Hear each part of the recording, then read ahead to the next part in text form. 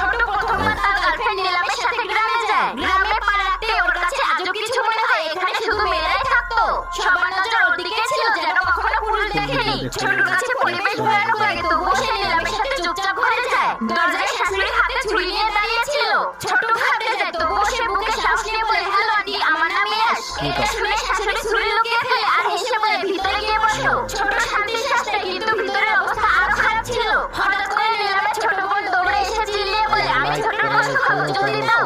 এটা শুনে ছোটর কলিজা শুকিয়ে যায়। ও হামলা করতে যাবে আর নিলাম এসে ওকে থামিয়ে দেয়। রেগে বোন ডান্ডা উঠিয়ে ছোটর উপর হামলা করার চেষ্টা করে। তখনই শাশুড়ি আর নিলাম চলে আসে আর ওকে অনেক কষ্ট করে কাবু করে একটা বন্ধ রুমে আটকে রাখে। তখনই শাশুড়ি ভয় দেখিয়ে বলে, যদি আমার ভাগে খাবার খাস তাহলে তোকে খেয়ে নিবো।